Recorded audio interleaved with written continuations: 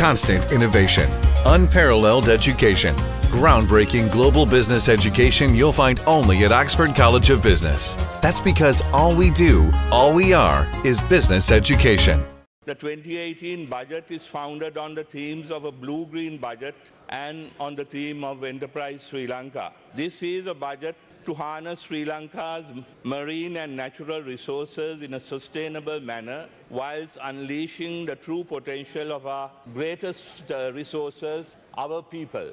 Young entrepreneurs have been unable to access affordable finance to bring to life their business ideas. As a result, our youth have become accustomed to waiting for the government to provide them with some relief, be it a government job or some form of concession or handout. The budget focuses on liberalization to unlock the barriers to greater investment, trade and start-up enterprises. We envisage the day when the farmer's daughter becomes an agribusiness entrepreneur, when the fisherman's son becomes a seafood exporter. Sri Lanka needs to go back to its roots of being a nation of entrepreneurs, a nation of traders. To do this, we must be open to global trade, embrace competition and take on the world and win.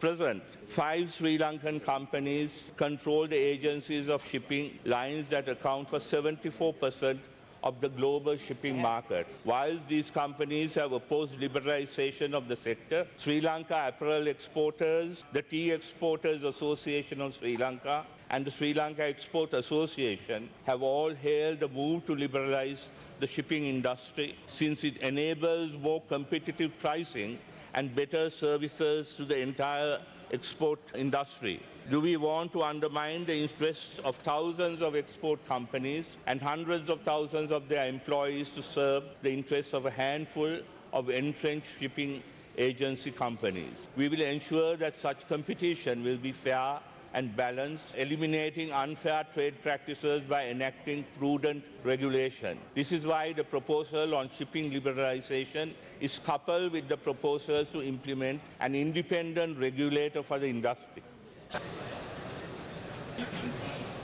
ආයවැලේකට පක්ෂව ඡන්ද 154 ලෙස අමතර 155යි විරුද්ධව ඡන්ද 56යි ඡන්දය නොදී සංඛ්‍යාව 0යි.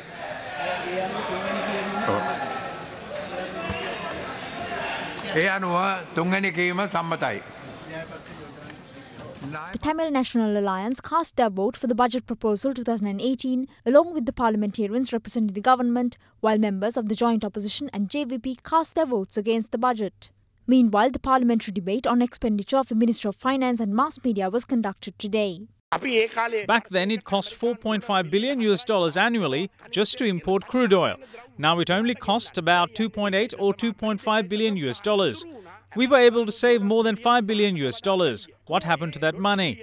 If we had that, then we won't have to sell off the Hambantota port because it was $1.1 billion US, or the Mattala airport, which will be sold off for 26 billion rupees.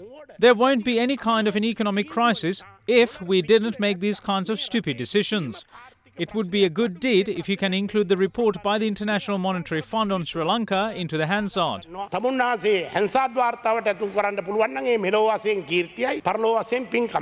Any citizen of the country can look up the report on the internet. For the first time in the country's history, the primary balance was 45 billion rupees by 2017.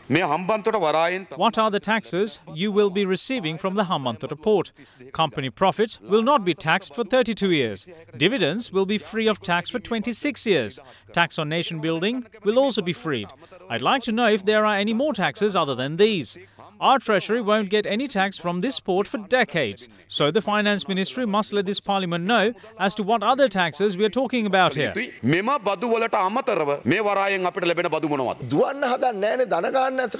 No one tries to run before they learn how to crawl. The process of running takes time. They spent $810 million even before they got any profit for the first $450 million. And the country couldn't make any profit for both of these amounts. So we had to pay off all this debt. We can't simply materialize dollars.